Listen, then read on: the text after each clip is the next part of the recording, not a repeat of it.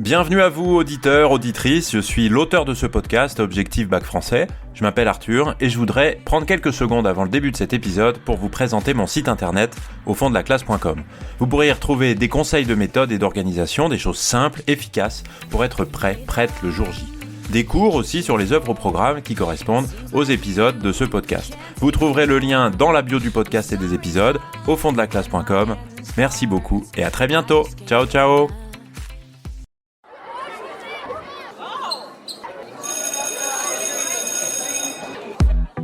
Bonjour à tous, chers élèves et chers amis du site aufonddelaclasse.com. Dans cet épisode, nous allons examiner une des crises personnelles de Juste la fin du monde, celle de la petite sœur, Suzanne.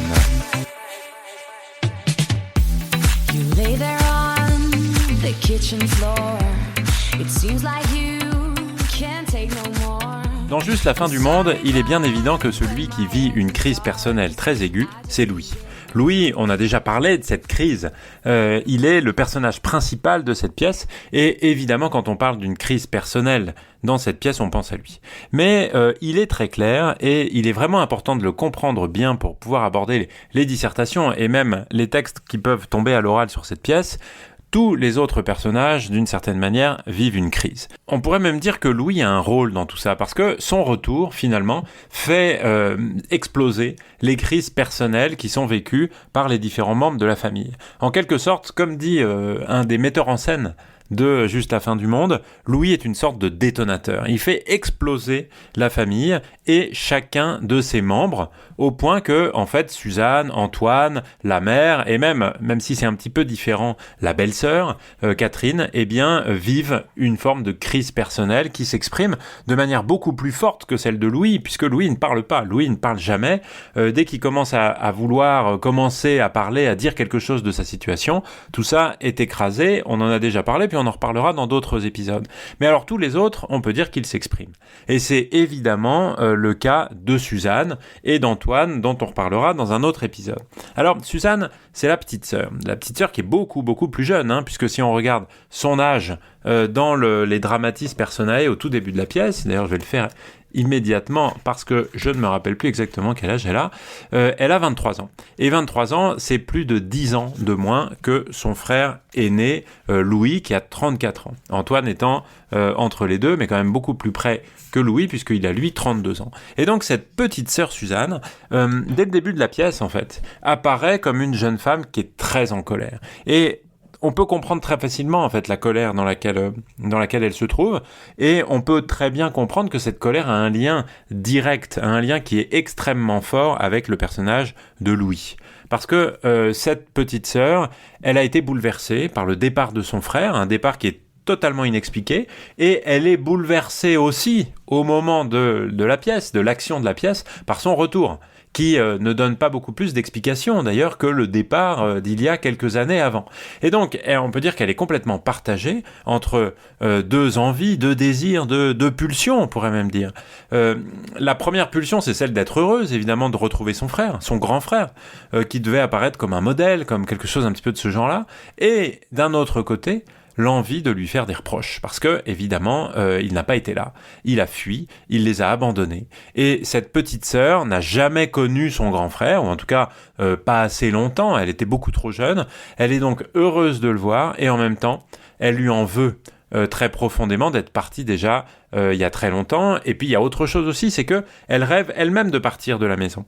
Et donc, d'une certaine manière, elle reproche à son frère aussi de l'empêcher d'avoir pu partir, de l'avoir empêché de quitter sa mère, parce que si elle part, sa mère se retrouverait toute seule.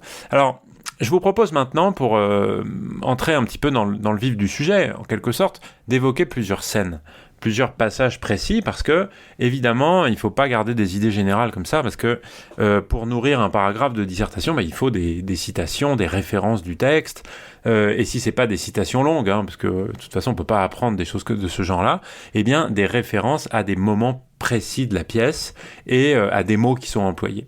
Alors, on va commencer par un extrait de la scène 3 de la première partie. Et cette scène 3, c'est une sorte de monologue, ou presque. C'est pas un monologue parce que Suzanne n'est pas seule sur la scène, elle parle à Louis. Mais en fait, elle est la seule à parler. Et Louis ne dit quasiment rien du tout. Elle dit d'abord tout le sentiment d'abandon qu'elle a ressenti quand elle était petite, après la fuite de Louis. Et puis, elle revient ensuite sur un élément qui est assez important et qui est d'ailleurs un peu traditionnel dans le théâtre, ce sont des lettres. Il y a bien des pièces, d'ailleurs, il y en a qui sont au programme cette année, et d'autres qui seront au programme dans les années à venir, où il y a des lettres sur la scène ou des lettres qui sont évoquées par les personnages. Et ces lettres, elles sont dites par Suzanne elliptiques. Elliptique, ça veut dire qu'elles ne disent pas tout, elles disent une partie, elles vont trop vite vers le point, au point qu'on ne comprend pas vraiment ce qu'elles signifient, qu'elles ne contiennent pas assez de contenu en quelque sorte. Et ces lettres, elles étaient envoyées par Louis pendant toutes ces années d'absence, et elles sont, d'après Suzanne, des signes de la volonté de Louis de ne pas partager sa vie avec sa famille. Je vous lis juste un petit extrait, c'est donc Suzanne qui parle. Parfois tu nous envoyais des lettres. Parfois tu nous envoies des lettres. Ce sont pas des lettres, qu'est-ce que c'est ? De petits mots, juste des petits mots, une ou deux phrases, rien. Comment est-ce qu'on dit ? Elliptique. Parfois tu nous envoyais des lettres elliptiques. Alors on voit dans cet extrait que la manière dont Suzanne exprime cette crise personnelle, en fait, montre qu'elle exprime de la colère, de la confusion. Et ça se voit par les répétitions, elle répète plusieurs fois des lettres. Et puis, elle exhibe sa volonté de trouver le mot juste pour nommer ces lettres, pour les qualifier. Elle dit des lettres, des petits mots, c'était juste des petits mots, une ou deux phrases, rien. Et puis, ensuite, elle se pose la question à elle-même, comment est-ce qu'on dit et trouve le mot qui lui manquait, c'est elliptique. Elliptique, comme je le disais à l'instant, ça signifie qu'il ne développe pas l'ensemble de sa pensée, qu'il va extrêmement vite et qu'il laisse de côté une partie des choses. Et donc, il y a bien ici un reproche qui est fort, puisque finalement c'était le seul contact que Louis avait avec sa famille, qui consistait à envoyer ses mots, ses lettres, etc. Et elle a donc trouvé le mot qu'il lui fallait avec cette réplique assez longue finalement, qui consiste à trouver ce terme juste après plusieurs essais, c'est ça qu'on appelle l'épanorthose d'ailleurs, des petits mots, juste des petits mots, une ou deux phrases, rien, non, comment est-ce qu'on dit ? Elliptique, voilà. Parfois tu nous envoyais des lettres elliptiques.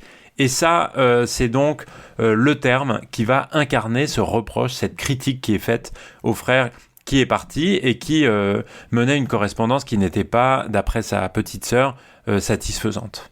Et le départ de Louis et on peut dire la distance qu'il a créée ensuite, qu'il a installée avec sa famille, explique donc la souffrance de Suzanne, sa crise et comme je le disais juste avant, maintenant qu'elle est adulte et qu'elle a un désir d'émancipation, elle veut quitter la maison familiale, vivre sa vie, etc. Eh bien, en fait, le départ de Louis explique aussi qu'elle vive dans la maison de sa mère. Et elle le dit comme ça, « Je ne pars pas, je reste. Je vis où j'ai toujours vécu, mais je ne suis pas mal. » Et on voit que dans cette phrase-là, il y a une insatisfaction. Évidemment, parce que, en fait, elle s'oppose à Louis, celui qui a été libre de partir, celui qui voyage, celui qui fait ce qu'il veut, celui qui est libre. Et elle dit, moi, j'ai choisi, ou plutôt je me suis résigné à rester là. Parce que je n'ai pas pu faire autrement, puisque c'est toi qui es parti en premier.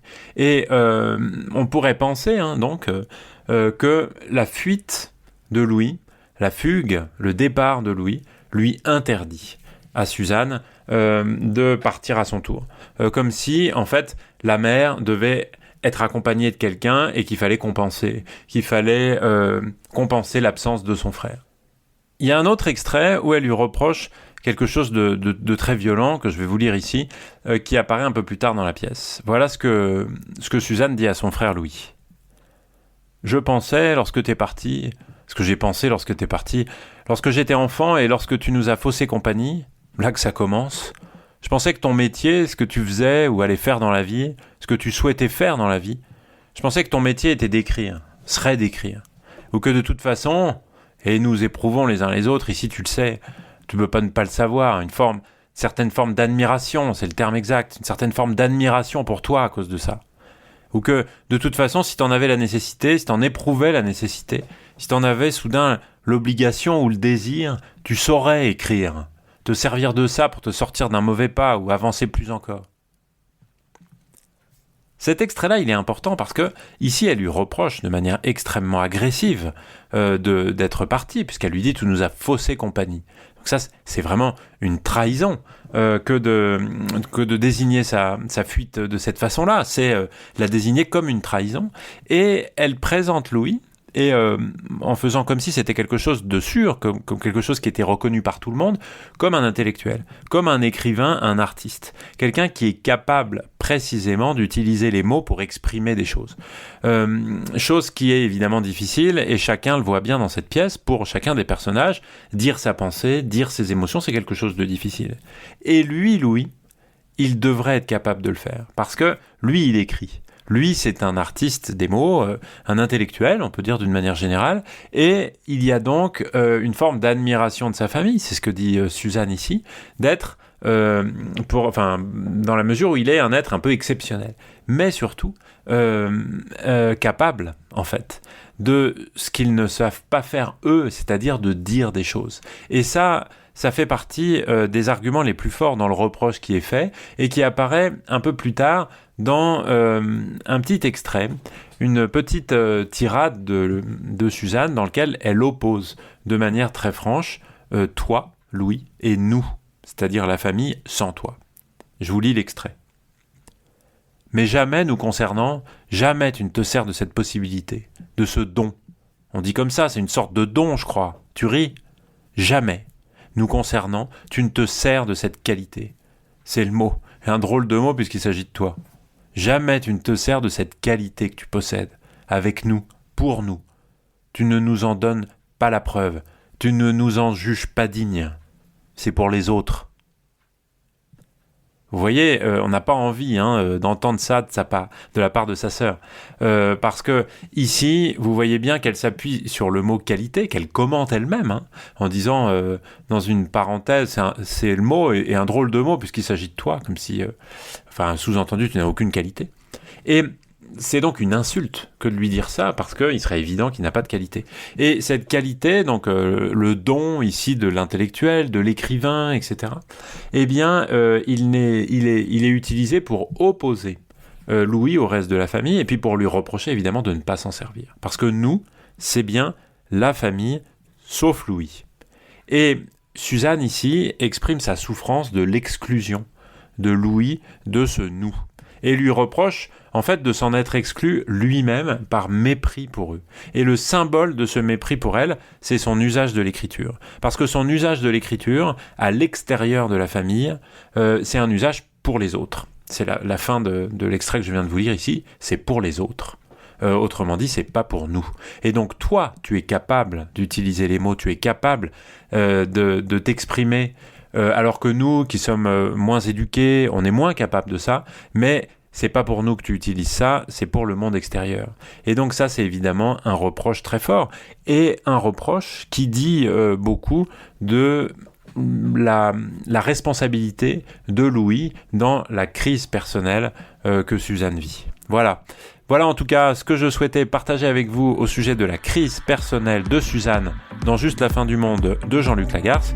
Vous pouvez retrouver un certain nombre de choses sur le site internet aufonddelaclasse.com. Je vous dis merci beaucoup de m'avoir écouté et à très bientôt. Ciao ciao. You lay there on the kitchen floor. It seems like